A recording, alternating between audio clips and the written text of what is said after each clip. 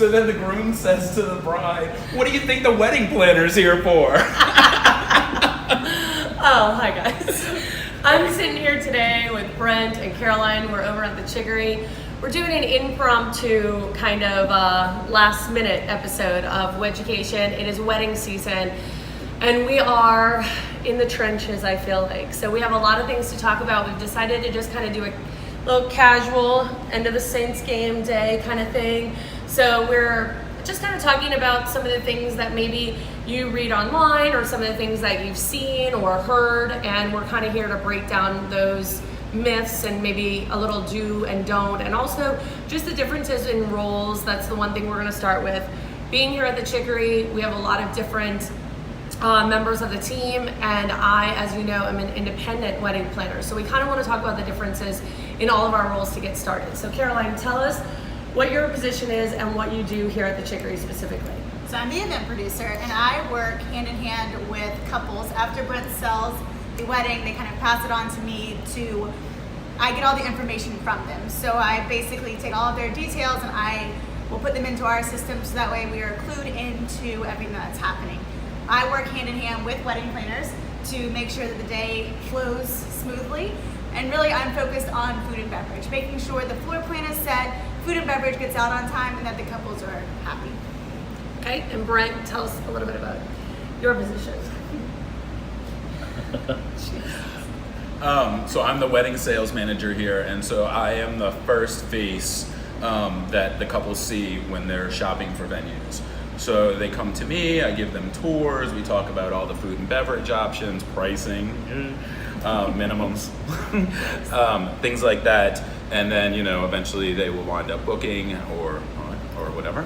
And then I kind of handhold them a little bit for like the first couple of months, and then slowly introduce them to Caroline or to Jenna, who's our ops manager. And then I stay with them the whole time, but they really take over, start doing detail stuff that's gonna be beneficial for us and for when a wedding planner comes on. So we're all kind of on the same page. Now, this is a question really for both of you, but more so on your side, because I know you're there the night of. Like, what is your take on, working with a wedding planner, or I should say, and I'm going to clarify this, a seasoned wedding planner versus not a wedding planner, and then I'll go into the negatives of wedding planners that have no business planning weddings, but go ahead. So it really makes all the difference if you're seasoned or not, but having a wedding planner on site the day of makes the world of a difference, because really the operations team of the venue is concerned with the venue, not the details. So as soon as the bride and groom or they come up and they're ready to start the reception, our brains are in so many different places as far as, is the food out on time? Are our servers doing what they're supposed to do? Having a wedding planner here really just kind of puts my mind at ease, because I know that the couple is taken care of. So I love it. One of my biggest things when people talk about the fact that venues have somebody to take care of things, I feel like it's very important for people to understand as a planner, what I'm doing from the very beginning once I get hired is sitting down and discussing budget. I'm discussing what vendors work specifically for you. I know a lot of vendors and venues give referral lists of photographers, videographers, florists, and I think that's great. It just means here's a list of people that are professional to their knowledge and do their job well to their knowledge. But for me, I'm specifically matching you based on your budget, your likes, your dislikes, and also your personality, which I think is a little bit different than some of the other planners out there, just because I feel like it's such a big deal to interact with vendors that are going to make your day more enjoyable, rather than, yeah, they take a really good picture, but they're lame and you're not gonna get along with them. That's important for me to know, and you're not gonna see that on a piece of paper. Caroline's not gonna go with you to your florist and sit down and talk about the pros and cons of having this versus that, and she's not gonna sit with you toward the end of the planning process and do a full-on timeline. She'll do a timeline of what needs to be done at the Chicory, but not what are you doing in your hotel room prior to coming here, what time you're getting your dress, when your hair and makeup is showing up. So we all have very different roles, and Brent has been doing this forever, so he knows as well. Everyone has their own kind of lane to stay in, and I always say booking a really good venue is important and having really good staff. because there's only so much I can do on my end once I get in here. You know, once my vendors are checked in and I know they're all here and they're set up, once we step foot in this building, I can run to the kitchen and say, hey, Caroline, we're running out of X, Y, and Z. But I mean, really and truthfully, it's up to you guys to run your house. And that's what that is, you know? That's what I'm saying, right, exactly. That's what I'm saying. We can go deliver a message, right. but there's nothing I'm gonna be able to do to jump behind and start cooking you beignets. Right. Like, it's not gonna happen. So it all really goes hand in hand. I also think it's special that you have as a planner, you form a relationship with couples where on the venue side of things, it's kind of difficult. I feel like Brent even gets to form a relationship more than the operations team does, because we sometimes don't meet the couples until the night of the wedding. Right. So it's purely over email, and so many things can get misconstrued over emails. So I think it's great to have someone that actually knows their personality and can make decisions on their behalf, like a good educated decision. And I think it gives a couple a certain level of comfort, especially when I know that you're coming in, or another wedding planner that I may know in the business or something, to see us interact in the way that we do, and it gives them a level of comfort. Oh, Kelly does know the chicory, she does know Brent, you know, things like that. Right. And I know as my role when you walk in, when the wedding planner walks in with the couple, that there's certain aspects that I should be covering and certain things I should not be covering. You know, I'm here to talk about my venue. That's it. I'm not here to talk about their flowers, just like you're saying, you know. So, yeah, I think it's a really nice thing that when, you know, you have rapport Right, absolutely. with people, and I'm not trying to show you up Yeah, in for a sure. meeting. Yeah. You know. And so I think really the biggest thing is, as couples, you guys need to know the right questions to ask, and really you need to know how much help you actually need, and that should determine whether or not that venue can give you everything you need, or if you should take their advice to get an outside source, such as myself or another planner. We are going to talk about the pros and cons, but we'll deal with that on the venue side of things, or the vendor side of things. So Caroline, thank you so much. We're going to bring you back in just a little while. Brent and I are going to take care of talking through a couple of other different, you know, things that we see on the planning side of things. This is where it's going to get fun. Yeah, I know, right? Yeah. One of the Not things, that wasn't fun. No, that was but, so you know, fun. you know, I love Caroline. Right, She's so yeah. cute. One of the things that we were just talking about is when brides and grooms, couples in general, but most of the time it's either the bride or like mom or something, but they bring in like their friend that just got married, and it's not just there for like an opinion. You know what It's my nickname for those people are? What's that? Beth. Beth? Oh, Yeah, God, I call them all Beth. Everybody's Beth. Yeah, everybody's the Beth. helper. Yes, it's Beth. Yeah. So Yeah. she like just got married and knows everything about wedding planning because she just got married. Yeah.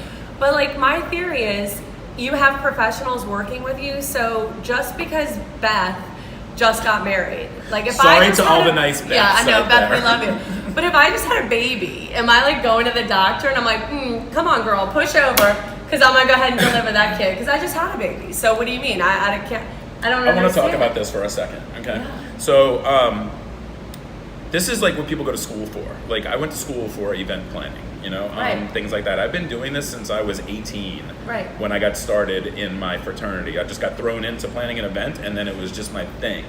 And so, a lot of people will walk in here thinking that I'm just like some random person that walked in off the street. Right. Like, I think I'm going to throw events today. Right. And no, I have a lot, 22 years of background in Right. this business. Yeah. And, you know, we do know what we're talking about.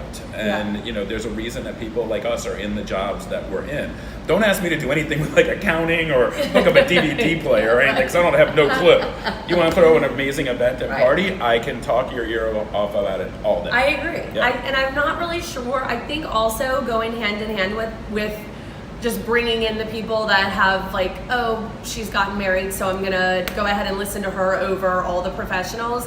It's not only that, but it's also bringing so many people to consultations. In particular, I find this with when we go through design, and they have mom and mother of the, you know, the groom, and I'm gonna bring in my best friend, my maid of honor. It's kind of like when you watch Say Yes to the Dress, and they have 75 Right. people, and then they're upset because nobody will agree. Do you really think 75 people are gonna agree on anything? No. I just feel like you're making more of a issue for yourself. don't get me wrong, you definitely want everyone to like what you're doing, and I think that's human nature to feel that you want some kind of, hey, is this a good idea? Do you like this or that? And get a couple of opinions. I think that's just normal. I agree, but I think that's when there's a point where I think those people should come in after you've done the narrowing down process. I agree. So I mean, so like where, okay, I've picked my florist, I know Right. what like my grand scheme is, but Beth, do you like ruby red, do you like maroon red, or do you like fire engine red Right. for I agree. this kind of thing? That's when you get an I opinion. agree. So, what was your, you had a topic that you wanted to bring up? Yeah, it's just mainly about like customization of weddings. Look, I am all about customizing because that's how your personality really comes out. I think that it gets like a little ridiculous when you can't have too many customizations because it's never going to be able to be pulled off the way it is in your mind. You know, I mean, there's just when there's so many moving parts, Yeah. I think it just gets a little out of control. Like, you know, we had a bride that had a band, then a DJ, then another band come off, and there had to be like breakdown and setup, and there's always lulls. Oh, and yeah, I've had it's that like, before. I've had that before. Why? Yeah. Yeah. So I've seen it work before if you have, like, one of my girls had something that was more of like it was during Jazz Fest, and so all of her groups worked in the same setup.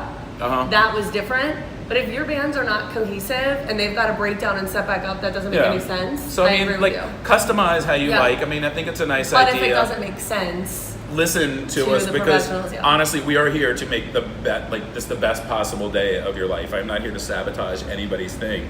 So when I tell you like, oh, I don't think that's the best idea, it's because I want your day to go so well. You know, I mean, like there's times that they come in and they're like, oh, I want to have 5 different specialty cocktails. y'all stop it. Nobody Stop. wants it. Nobody. Not. And it's a huge expense to do to do even one, but that's fine. But I mean, when you have all these multiples, that's something to think about. This is going to be a big thing that's eating your budget. And don't you think if someone wanted, like, I don't know, A Mai Tai? Yeah, then they're gonna go ask for a Mai Tai. And how many Mai Tais are you really drinking? Like, I'm just saying, I get it, but stop. Yeah. And also, the trending thing, stop asking about what's trending. What do you want to do?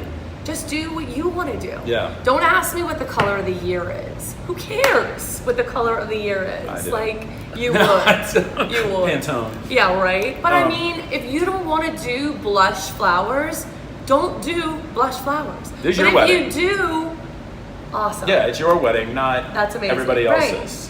Go with what you like. Yeah, absolutely. And That should be the trend. yeah, Do what you want to do. Exactly.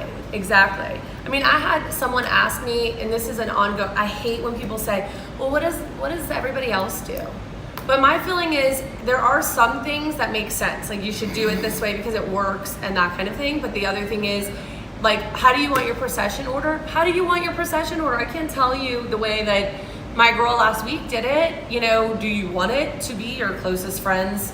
I mean, I don't I wanted know. This everybody is walking like, down the aisle to Xanadu, but I got, Well, that tell was- you what, I like it. Thank you.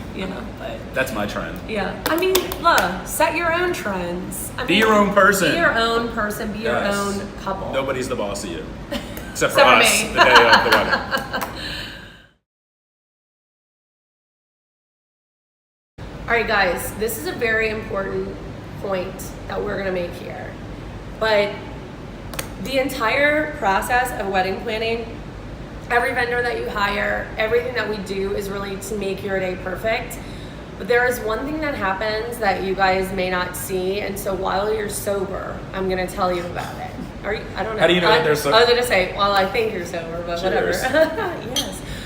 Listen, everyone who has an open bar at their reception, you've got your friends, you've got your bridesmaids, groomsmen, parents, everybody's drinking, and that's totally fine. I personally do not drink at weddings. That is just as a rule. I feel like if I were, at an office, I wouldn't be drinking. So I don't drink at weddings. I'm working, and that's the way it is. So I'm always sober.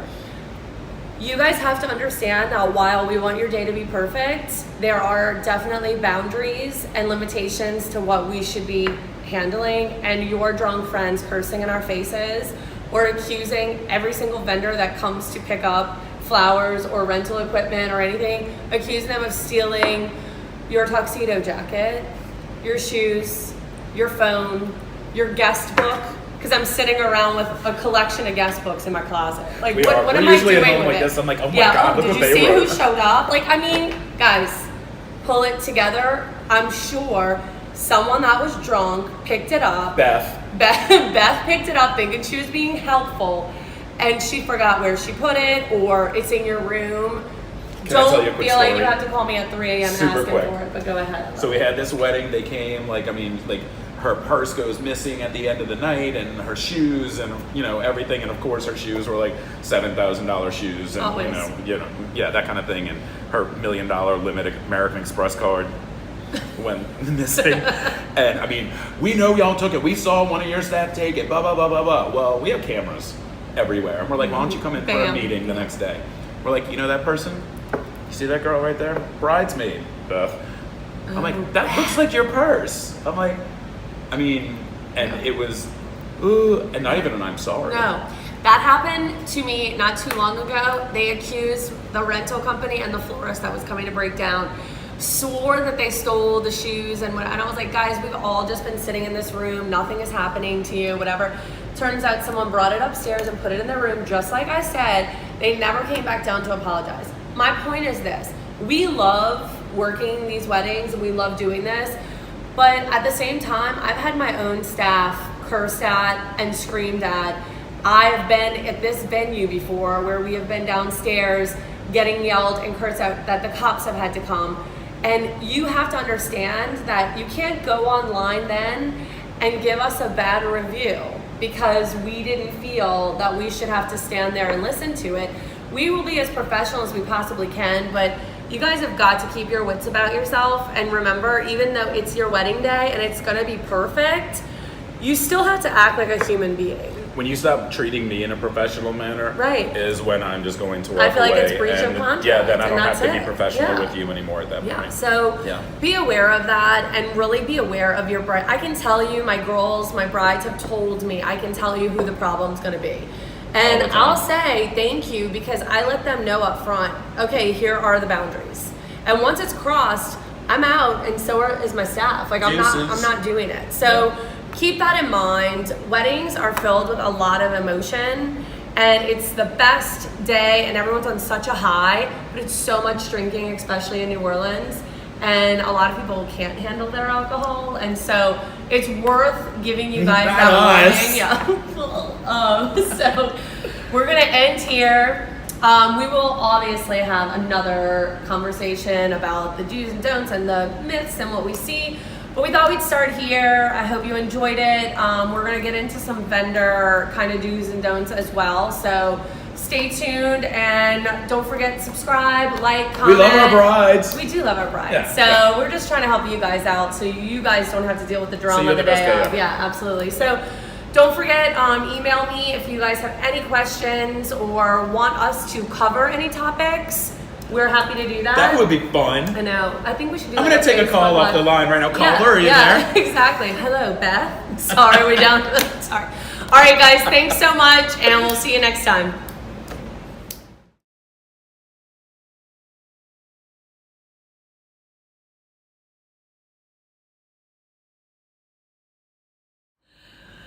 Guys, I don't know what else we're talking about right now. So it's can you just pause for one second?